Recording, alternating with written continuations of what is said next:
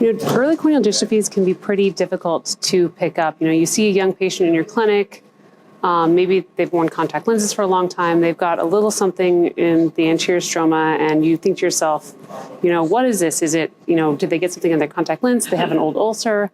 A lot of young patients that we see will say, yeah, I had an infection a few years ago, my optometrist gave me antibiotics, it's fine. And so you think, is that a scar? Is it a dystrophy? It can be really, really difficult to detect, especially in young patients without a lot of other findings.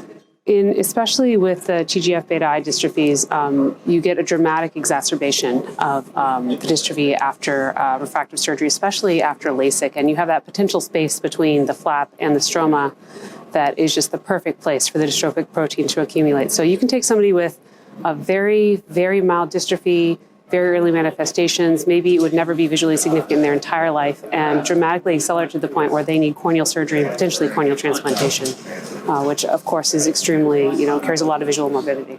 So I think the lessons are that you need to, do a very, very careful, thorough preoperative exam and history. Ask for family members if they have anything, any history of corneal transplantation, any history of any family members having anything funny with their corneas. A lot of patients are not sophisticated, will not be able to give you a history that, oh yes, my mother has granular dystrophy.